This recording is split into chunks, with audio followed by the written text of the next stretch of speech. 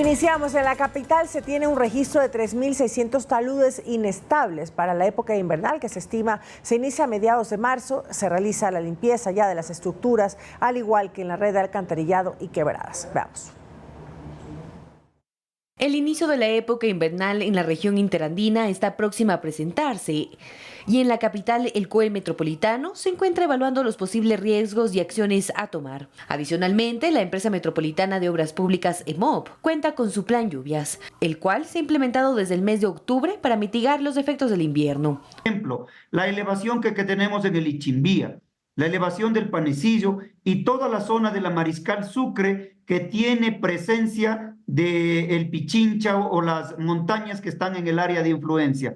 Esas son las zonas más riesgosas que hay que ponerles atención, preparar a la ciudadanía, que se limpien, ¿no es cierto?, todos los sistemas de conducción de agua. Esta iniciativa contempla 4 ejes: la limpieza de sumideros, el mantenimiento de estructuras de captación en quebradas, el mejoramiento, ampliación y construcción de colectores, además la reparación y mantenimiento del sistema de alcantarillado. En la capital existen 360.000 taludes inestables en los que se realizarán trabajos de mitigación como limpieza de la maleza, construcción de muros de contención y mallas. Se va a construir muros de hormigón armado, muros de hormigón ciclopio, se va a construir muros de gaviones, se va a estabilizar taludes como en la zona del puente de Guápulo, colocando muros de anclaje, ¿no es cierto?, colocando también pernos de anclaje, colocando hormigón lanzado, lo denominado como shotcrete.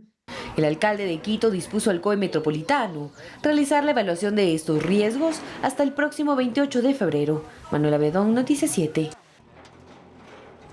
Y sobre este tema, el INAMI informó que en estas últimas horas se registró un récord en el nivel de lluvia en varias zonas de las provincias de Santo Domingo de los Áchilas, Guayas, Manabí y Los Ríos. Por ejemplo, en el cantón La Concordia se contabilizaron 238.6 milímetros cúbicos de agua lluvia.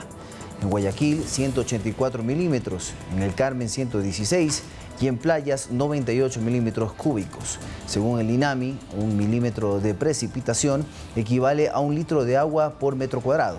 Es decir, escuchen esto, solo en La Concordia, en la provincia de Los Áchilas, se contabilizaron 238 litros de agua lluvia por cada metro cuadrado de esa jurisdicción. Además, imágenes satelitales muestran que sobre Guayas, Santa Elena, Manabí y El Oro hay una formación nubosa de gran extensión que tiene las condiciones para provocar más inundaciones.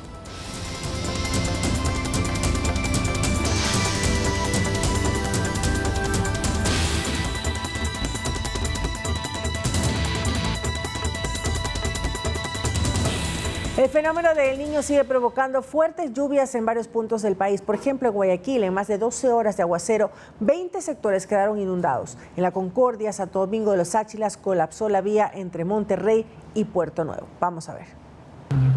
Tal como lo advirtieron los organismos encargados de monitorear la situación meteorológica del país, por la influencia de 2 ramales en la zona de convergencia intertropical por efectos del fenómeno del Niño, hubo el registro de fuertes lluvias en Guayas y en diferentes zonas de la región costa. En Guayaquil, al menos, durante la noche de este domingo y madrugada de lunes, se reportaron inundaciones en al menos 20 sectores de la urbe. De acuerdo a reportes de prensa, como consecuencia del aguacero continuo por más de 12 horas, hubo la caída de un árbol sobre el tendido eléctrico, lo que dejó sin luz a varias casas del sector de Las Orquídeas, en el norte del puerto principal. Se van a esperar lluvias hasta abril. El evento, digamos que se espera de mayor intensidad es fines de febrero. De acuerdo, obviamente, a pronósticos, esto de todas maneras tiene que ser tomado con pinzas porque es un tema de probabilístico, ¿no? En otros puntos del país se reportó el colapso en el kilómetro 23 de la vía Paralelo Cero que conecta los poblados de La Concordia, Monterrey y Puerto Nuevo, justamente en el cantón La Concordia, provincia de Santo Domingo de los Áchilas. El enorme hueco que destruyó totalmente la calzada provocó un siniestro de tránsito. Una ambulancia con 2 ocupantes cayó al río. Una mujer paramédico ha sido rescatada mientras que se realizan labores de búsqueda del conductor del vehículo de emergencia. Según el Instituto de Meteorología e Hidrología INAMI, los aguaceros con mayor intensidad se mantendrán en provincias como Guayas, Los Ríos, Manabí y El Oro.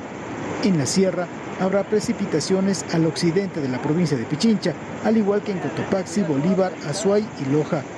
En la Amazonía, los aguaceros se mantendrán en Napo, Pastaza y Morona Santiago, y en Galápagos, en las islas de Santa Cruz y San Cristóbal. Javier Ceballos, Noticias 7.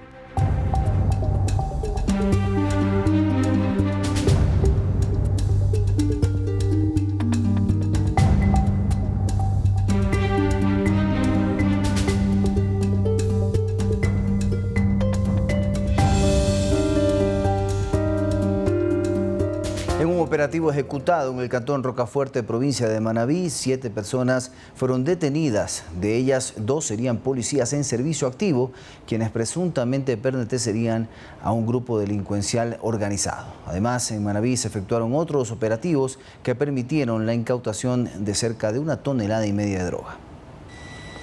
Tras las denuncias ciudadanas al 131, el bloque de seguridad ejecutó un operativo militar y policial en el cantón Rocafuerte, provincia de Manabí, donde allanaron una vivienda este domingo 18 de febrero. Los mismos que se encontraban con posesión de armas de fuego, municiones y sustancias sujetas a fiscalización.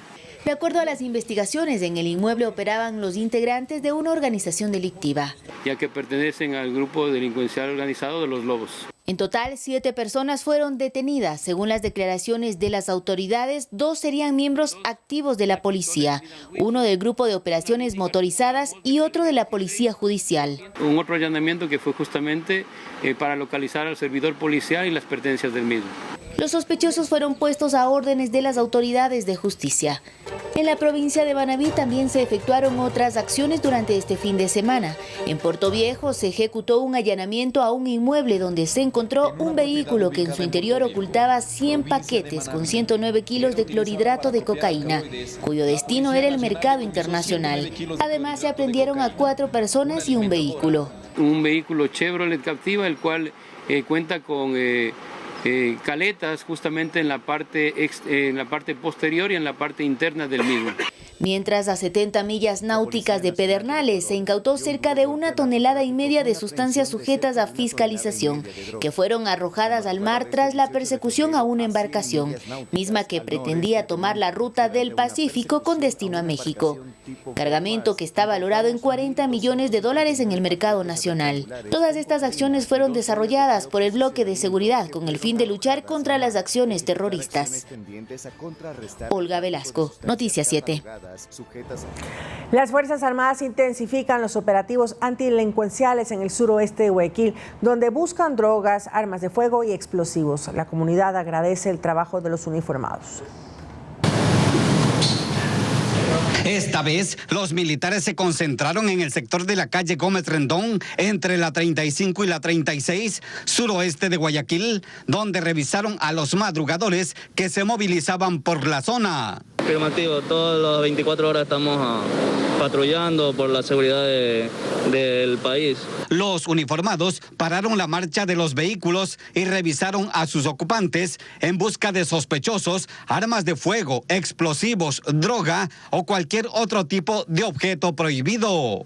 Ustedes están en diferentes sectores, no en un solo sitio. Afirmativo, estamos haciendo diferentes controles en diferentes partes de la ciudad para tratar de contrarrestar todo lo que se está viviendo ahorita en el país. Las personas que fueron revisadas por los militares agradecieron por el operativo ejecutado la madrugada de este lunes en el suroeste de Guayaquil, puesto que les da más confianza para movilizarse hacia sus sitios de trabajo. Bien, bastante bien, al menos en esta área sí, está perfecto. Una zona delicada, ¿no? Sí, bastante. ¿Deberían esto seguir constantemente? Constantemente, debería ser siempre. No podemos estar tranquilos con esta delincuencia, pero ya ahorita como que se ha normalizado, se está reactivando todo. Que sigan los militares en ¿Por qué no? Estamos para darle la mano. La ciudadanía espera que las Fuerzas Armadas sigan patrullando las calles, puesto que estos operativos han sido muy importantes para garantizar la seguridad de los guayaquileños. 38 allanamientos en el cantón Durán permitieron la captura de 12 personas vinculadas a grupos terroristas, quienes poseían armas de fuego y otros objetos con los que realizaban sus actos criminales. Más información en la siguiente nota. Aún no salía el sol cuando la policía llegó a la puerta de su casa y no exactamente para tocar el timbre. La madrugada del domingo se realizó un mega operativo en Durán para capturar a presuntos integrantes de bandas terroristas dedicados al crimen organizado. 13 detenciones. De estas 13 detenciones tenemos 3 mujeres y 9 hombres. En total fueron 38 allanamientos en 13 sectores, donde se halló droga y otros objetos. 4 armas de fuego, 3 armas largas y una arma corta, varias sustancias sujetas a fiscalización, varias municiones también. Es un nuevo golpe de contundencia a las estructuras criminales porque además se diezman sus operaciones logísticas. Hemos ubicado no solo armas de fuego, sino también sistemas de comunicación que permiten a estos delincuentes mantener monitoreadas las operaciones que realiza la Policía Nacional. Estas acciones son parte del Plan Fénix y es el tercer mega operativo de la semana. Los distritos de mayor prioridad para intervenir en la zona 8 son justamente Durán, el sur de Guayaquil y Nueva Prosperina. Lautaro Andrade Castro, Noticias 7. El cuarto cargamento de droga en lo que va del año fue decomisado en las costas de la provincia de Manabí. Los sospechosos escaparon en una lancha rápida luego de abandonar el cargamento. La operación se realizó a 70 millas náuticas frente a las costas de Pedernales, donde se pudo incautar 33 sacos de yute, los cuales fueron lanzados al mar por los delincuentes, al ser descubiertos por los aviones de exploración aeromarítima, quienes custodiaban el área. La droga fue llevada al puerto de Manta por la lancha guardacostas de la Armada del Ecuador. El parte policial y el parte de la Armada se apertura una investigación previa, porque no hay detenidos, con la finalidad de investigar en el plazo que determina la ley los posibles autores y cómplices de este tráfico ilícito de sustancias sujetas y catalogadas a fiscalización en alta mar. Durante los 2 primeros meses de este año, las operaciones conjuntas entre la Policía Nacional y la Armada del Ecuador han dado 4 duros golpes a las organizaciones narcodelictivas, incautando droga a gran escala. Aproximadamente en cada uno de ellos aproximadamente de 1 tonelada a 2 toneladas. Es decir, que tenemos 4 operativos justamente que se han realizado en las costas ecuatorianas con un aproximado de unas 6 toneladas que han ingresado al puerto. A pesar de que no existieron personas detenidas, la Armada del Ecuador también encontró evidencia como 2 boyas satelitales. La fibra, la lancha rápida se dio a la fuga, únicamente botó los bultos al mar, los cuales fueron recogidos posteriormente por la Armada del Ecuador en las unidades. Los 33 sacos de yutes, una vez que fueron revisados, los bloques tipo ladrillo darían como resultado 1,5 toneladas de droga, la cual será judicializada por las autoridades. Todo el cargamento fue trasladado hasta los patios de la Unidad de Antinarcóticos de la Policía Nacional, donde se realizará el procedimiento respectivo de ley. Y desde que se declaró el estado de excepción por el conflicto armado interno en Ecuador, entre Fuerzas Armadas y Policía Nacional han decomisado más de 900 millones de dólares provenientes de grupos terroristas y narcotraficantes. Además, en los operativos se han incautado decenas de toneladas de droga, armas de fuego, embarcaciones, vehículos, equipos de comunicaciones y explosivos. Estos golpes contra el crimen organizado afectan sus finanzas, así como el desarrollo de sus actividades al margen de la ley.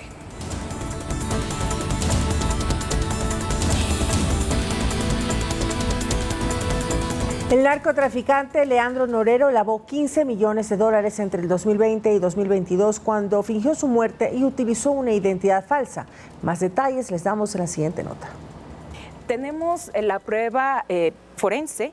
Una de las noticias más fuertes del fin de semana fue que efectivamente Leandro Norero, alias el patrón, sí está muerto. Nosotros podemos llegar a establecer esa circunstancia. En octubre del 2022 lo asesinaron en uno de los amotinamientos de la cárcel de La Tacunga.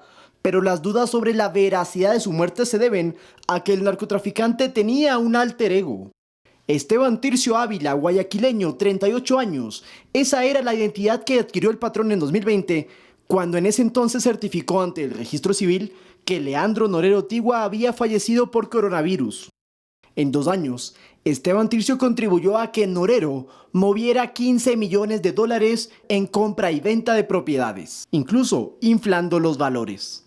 Por ejemplo, Tircio compró un solar en el empalme de $54,000 y lo vendió a una empresa por $80,000. Luego compró otro solar en mucho lote de $40,000 y lo vendió por $14,000. Pero finalmente, una casa en Ceibos Norte la vendió por $149,000 a la misma empresa fantasma del inicio.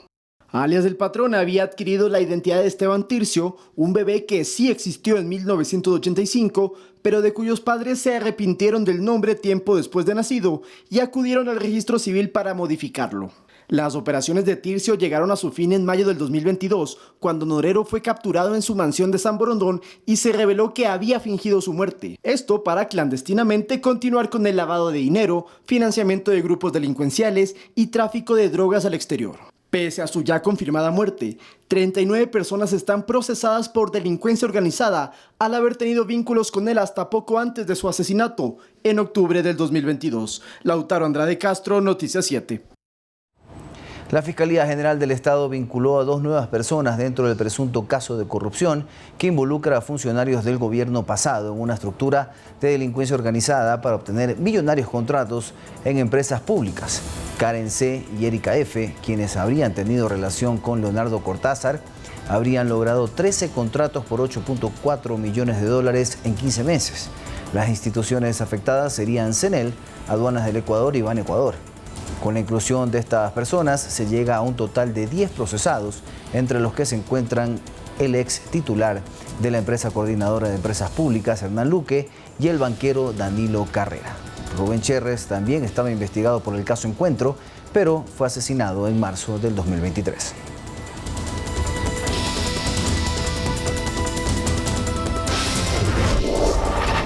El 13 de septiembre se iniciará el periodo para la inscripción de candidaturas de cara a las elecciones presidenciales del 2025. Pese a que faltan varios meses, ya hay políticos y organizaciones que han anunciado su interés de participar en los comicios. Veamos.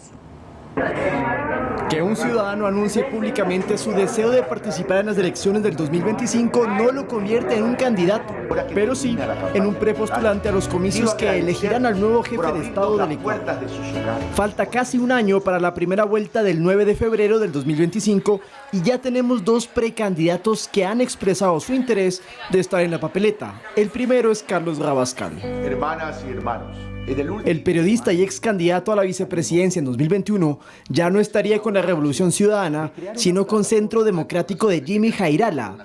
Así lo confirmaron ambos el 31 de enero. Necesitamos que alguien tome la iniciativa. La iniciativa la ha tomado Carlos y nosotros estamos aquí para anunciarles que Centro Democrático es el primer movimiento que se suma a este acuerdo nacional con un precandidato a la presidencia de la República que es Carlos Rabascal. La intención de Rabascal es liderar un acuerdo nacional que agrupe a más movimientos, pero tanto él como Jairala están distanciados del correísmo. El segundo precandidato es el abogado Pedro Granja, respaldado por el Partido Socialista Ecuatoriano y por la facción de Pachacutic que acompaña al presidente de la CONAIE, Leonidas Issa. Granja propone una coalición de la izquierda. Hoy tenemos la posibilidad histórica de derrotar al correísmo en Manaví, de derrotar al correísmo en Guayas y estar con nosotros como un verdadero candidato de izquierda en la segunda vuelta. Rabascal y Granja son los únicos precandidatos confirmados porque otros nombres que se especulan estarían en los comicios aún no han asegurado su participación electoral, mientras que la fiscal Diana Salazar desmintió supuestos intereses políticos. Y estar concentrada en una candidatura significa que ya debería pensar. Usted me hablaba de un periodo electoral, de un calendario electoral. No tengo tiempo para calendarios electorales. Yo tengo que terminar el trabajo que inicié en abril del 2019. Para que un precandidato se convierta en candidato, deberá inscribirse desde el 13 de septiembre al 2 de octubre del 2024 ante el Consejo Nacional Electoral y cumplir todos los requisitos que dicta la ley. Una vez superada la fase de impugnaciones y que se avale su candidatura, estarán tanto en la campaña del 5 de enero al 6 de febrero del 2025 como en la papeleta del 9 de febrero. Lautaro Andrade Castro, Noticias 7.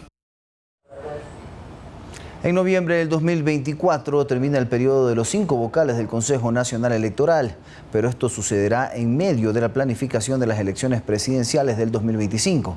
Según la consejera de Participación, Michelle Calvache, el concurso sí podría avanzar. Sin embargo, la posesión del nuevo CNE se podría dar una vez finalizado el periodo electoral.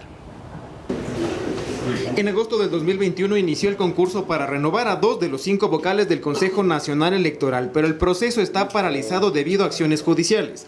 Además, estamos en periodo electoral, por ello el Consejo de Participación envió una consulta a la Procuraduría para ver si se puede seguir con el concurso. Yo creería que el procurador, con base en los anteriores dictámenes que emitió, va a seguir en la misma línea de que se continúe con el concurso. A esto se suma otro problema. En noviembre del 2024 termina el periodo de 6 años por el que fueron posesionados los vocales del CNE, pero justo en noviembre se trabaja en la planificación de las elecciones presidenciales del 2025. Según Michelle Calvache, vocal del Consejo de Participación, entidad encargada de la designación de autoridades, sí se podría seguir con el concurso, pero no con la posesión. Y podemos tener a lo largo de este año ya designados las 5 personas que serán las que reemplazarán al próximo Consejo Nacional Electoral. Sin embargo, no podrán ejercer sus funciones hasta que se termine el periodo electoral. Según el Código de la Democracia, una vez declarado el periodo electoral, el CNE es la máxima autoridad. Esta declaratoria impide que se inicien juicios políticos en su contra. De ninguna manera el hecho de estar en periodo electoral significa que la institución no pueda renovarse. Si es que el CNE se prorroga hasta el próximo año en periodo electoral, lastimosamente no depende del Consejo de Participación Ciudadana y Control Social. Entonces se está a la espera de la respuesta de la Procuraduría para ver cómo avanzan estos procesos. Antes de noviembre, mes que se cumplen los 6 años del periodo de los consejeros, deberá haberse convocado a las elecciones e inscrito las candidaturas para el 2025. Edison Saavedra, Noticias 7. Este martes, el Pleno de la Asamblea Nacional conocerá y resolverá respecto del informe del Acuerdo de Asociación Comercial entre Ecuador y Costa Rica. El comercio binacional entre ambas naciones bordea los $110 millones anuales. Este convenio cerró negociaciones en diciembre del 2022 y fue firmado por los presidentes de ambas naciones en marzo del 2023. Para la visión ecuatoriana, este convenio pretende profundizar la actividad económica en 7 grandes campos: comercio de bienes y servicios, contratación pública, propiedad intelectual, comercio electrónico, comercio y género, derechos laborales y ambientales e inclusión de micro, pequeñas y medianas empresas. Todos estos componentes se orientan a un incremento de las exportaciones ecuatorianas en más de $3 millones que el país envía a la nación tica. Palabras más, palabras menos, el Tratado de Libre Comercio, de ser ratificado por el Parlamento, posibilitará que productos ecuatorianos como el papel, alambre de acero, textiles, línea blanca, aparatos electrónicos, detergentes, medicamentos, mermeladas, sardinas, atún y camarón, entre otros, se comercialicen en Costa Rica con aranceles preferenciales. Cuando la Asamblea ratificó días atrás la validez del acuerdo comercial de Ecuador con China, la ministra de Producción, Sonsoles García, se refirió al impacto para el empleo que tiene el fortalecimiento de las relaciones comerciales de Ecuador con el mundo. Eso quiere decir que se abre la nueva oportunidad del nuevo Ecuador para generación de empleo y crecer nuestras exportaciones. Ha sido un trabajo intenso, arduo, y agradecemos a todos los asambleístas que han apoyado el nuevo Ecuador. El comercio binacional entre Costa Rica y Ecuador mueve anualmente en promedio $110 millones. Javier Ceballos, Noticias 7. Y en noticias internacionales, en México se prepara, en este caso, las elecciones más grandes de su historia, que tendrán lugar el próximo junio. Y 2 mujeres lideran actualmente los sondeos para ocupar el sillón presidencial. Una de ellas ya presentó su candidatura oficial. Esto más adelante, ya regresamos.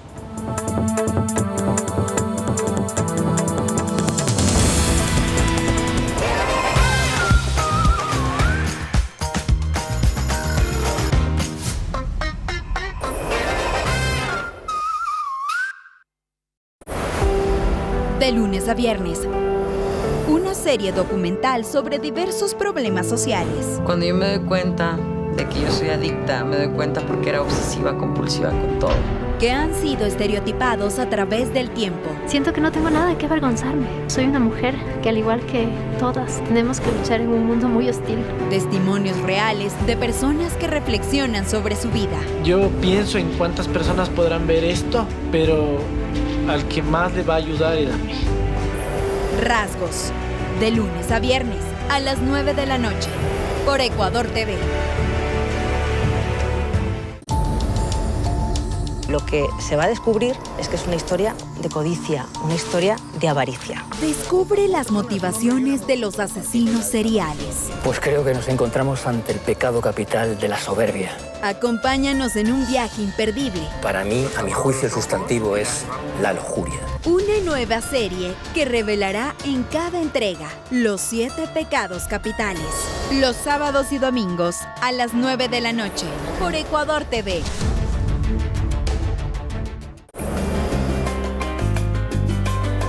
¡Picasso! En esta cocina, el ingrediente principal es la alegría. Yo gozo mejor que el sueño. ¿O no, don Albertito? Listos para atender todo lo que ustedes quieran. Descubre los platos más deliciosos al lado de un chef diferente. ¿Qué pasa?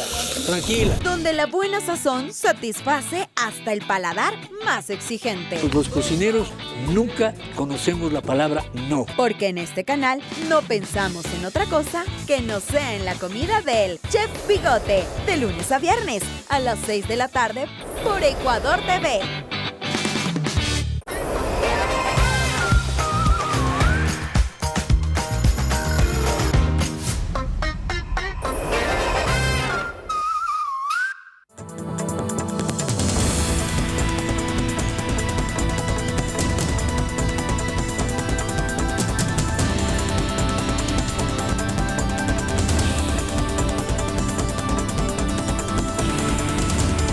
Más información, amigos. Según el Instituto Nacional de Estadísticas y Censos, INEC, en los últimos años se ha registrado una disminución en la cifra de nacimientos por varios factores sociales y económicos, por lo que la población ecuatoriana no crecerá como se tenía proyectado en el censo del 2010. En 1950 era muy común que las mujeres ecuatorianas tengan en promedio hasta 6 hijos, lo cual formaba familias grandes, pero con el tiempo el panorama ha ido cambiando. Según un estudio del Instituto Nacional de Estadísticas y Censos INEC, hasta el 2022, las mujeres tienen en promedio un hijo. Este comportamiento tiene detrás un gran rostro, y es el rostro de la mujer, que está cambiando y va a cambiar en la próxima década de forma muy agresiva cómo se va a comportar el país. El instituto recabó información de décadas pasadas y logró establecer que en 1950 las mujeres tenían hijos a los 24 años, mientras que ahora la edad promedio es desde los 28 años en adelante. ¿Pero a qué se debe que las mujeres ahora prefieran no tener hijos? Mayores niveles de escolaridad de las mujeres, mayor participación en su mercado laboral, mayor conocimiento y uso de métodos anticonceptivos. Según Roberto Castillo, director del INEC, esto ha provocado una reducción de nacimientos que, si bien en 2010 llegaron a 334.364, para el 2025 disminuirá a 260.448. Con ello también se ha reducido el ritmo de crecimiento poblacional que estaba proyectado en 2010. En el último censo se estableció que somos 17.7 millones de ecuatorianos, pero esto cambiará para los próximos años. En 2024 seremos 17.9 millones, en 2034 19.3 millones, mientras que para el 2050 seremos 21.1 millones de ecuatorianos. Van a haber menos jóvenes, por ende, las reglas del juego, del mercado laboral, de la seguridad social, tienen que replantearse de forma urgente. Si no lo hacemos en los próximos años, podremos estar tomando decisiones incorrectas el día de hoy. Segundo, van a haber menos niños. Tanto en la primera infancia como en edad escolar, se estima que va a haber una caída importante. Aquí otro dato. Según el INEC, la esperanza de vida de las mujeres aumentó en 32 años, pues si bien en 1950 una mujer vivía hasta los 48 años, para el 2050 esta cifra será de 85 años, mientras que los hombres vivirán menos, solo hasta los 79 años. Según las proyecciones, la población de adultos mayores se triplicará en Ecuador hasta el 2050. Edison Saavedra, Noticias 7. Y el Ministerio de Educación dio a conocer que 475 instituciones educativas se mantendrán en clases no presenciales hasta el cierre del año lectivo. Esta medida incluye a todo el personal docente y administrativo de estas instituciones. Este 19 de febrero retornaron las 896 instituciones educativas restantes dentro de la fase 5, con un retorno del 97%.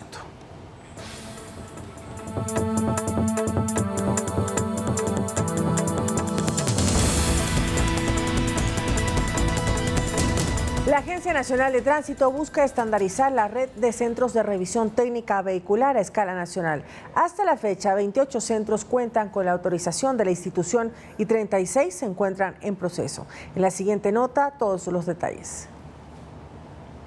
Para fortalecer la seguridad vial y reducir la siniestralidad, la Agencia Nacional de Tránsito está trabajando para la aprobación de 36 centros de revisión técnica vehicular a escala nacional. Algunos de ellos se encuentran a punto de ser autorizados y otros que contarán con el aval de funcionamiento en los próximos meses. Entre estos se encuentran los de la capital, según explicó la directora de la agencia, Vanessa Cueva. Se ha realizado un trabajo directo con todos los RTVs del proceso de aprobación para especificarles la documentación que nos está haciendo falta y que ellos nos la puedan remitir a la brevedad posible para autorizarlos. Adicionalmente, se está trabajando en la elaboración de reglamentos pendientes para regular el transporte público inter e intraprovincial, de carga pesada, carga mixta, turístico y así también como los reglamentos para las escuelas de conducción. Se desarrollarán reuniones con los gremios del transporte en donde el objetivo es entender sus demandas y poder trabajar en ellas. La directora además subrayó que el objetivo primordial es reducir el número de víctimas en las carreteras.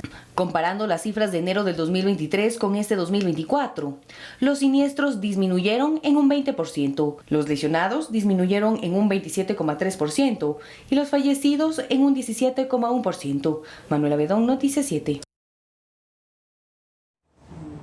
La Agencia Nacional de Tránsito anunció su campaña para erradicar la corrupción en trámites y servicios institucionales. Las autoridades de la entidad indicaron que se presentaron casos en 3 provincias, una de ellas en Tungurahua, con hurto de documentos públicos. Vamos a escuchar. Nosotros de las 3 provincias que estamos hablando de denuncias específicas. En este caso es hurto de documentos públicos por parte de supuestos funcionarios o exfuncionarios que estuvo. Podemos decir que en la provincia de Tungurahua es una de esas provincias. Los demás, por reservas de sumario, no lo podemos decir. Hemos detectado intentos de vulneración al sistema informático de la Agencia Nacional de Tránsito. Irregularidades en los accesos de los usuarios a nuestro sistema informático. Hemos detectado una violación al sistema de la carga de los alumnos graduados por las escuelas de la conducción. También en relación a las escuelas de conducción, hemos visto que muchas escuelas de conducción gradúan más alumnos que su capacidad instalada lo permite. Hemos evidenciado placas adulteradas, permisos de operación irregulares y estos procesos también están siendo evaluados por los organismos competentes.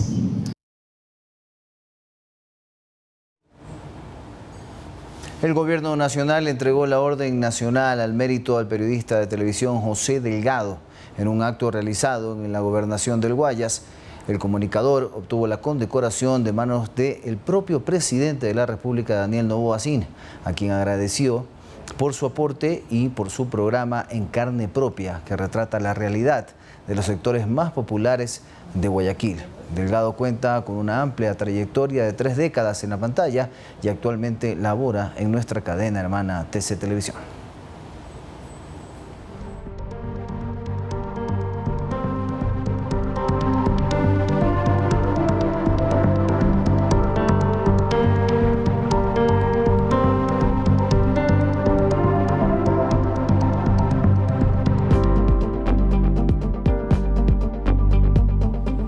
Vómito, diarrea, temperatura y dolor de estómago pueden ser los síntomas de una infección gastrointestinal. Estas pueden ser ocasionadas por virus, bacterias o parásitos. En la siguiente nota les contamos cómo prevenirlas. Dolor abdominal, náuseas, vómito y diarrea son algunos de los síntomas de una infección gastrointestinal. Esta puede ser adquirida por virus, bacterias o parásitos. La gastroenteróloga Cristina Aguirre explica que para determinar el motivo de la afección estomacal debe acudirse a un médico. Pero en los adultos, cuando hay este tipo de deposiciones diarreicas transitorias, habrá que de evidenciar si es que es un síndrome de malabsorción o una intolerancia alimentaria o un síndrome de intestino irritable. Por ejemplo, en el caso del rotavirus, este es ocasionado por el contacto directo con heces. Comúnmente ocurre en niños en etapa escolar, pero también puede contagiarse los adultos. Como les mencioné, la contaminación o el contagio de este virus es fecal-oral por una mala manipulación de los alimentos, un mal aseo en las manos. Por otra parte, según la gastroenteróloga Yolanda del Salto, del Hospital de Calderón, en un 80% de los casos, los síntomas y el malestar estomacal no requieren de medicación y el paciente, al automedicarse, generando mayor malestar en futuros casos. Inclusive, en la farmacia se indican antidiarreicos, medicación para cortar la diarrea. Recuerden que esos medicamentos están contraindicados, ¿no? En el caso de una gastroenteritis, principalmente bacteriana, ¿sí? Porque puede complicar el cuadro del paciente. O sea, alguna cosa que comió, tal vez que comió en la calle, que no comió con el aseo adecuado, sino lo que necesitamos es que se eliminen todas las toxinas. Y eso hacemos con las deposiciones. Algunas de las recomendaciones para prevenir este tipo de infección están en una buena higiene de manos, el lavado apropiado de alimentos y utensilios de cocina, la cocción adecuada de carnes, hervir el agua de consumo humano. Además, puede verse un incremento de casos en temporadas como el regreso a clases de los estudiantes, en feriados y fechas festivas, con el incremento de eventos sociales y actividades grupales. Manuela Bedón, Noticias 7.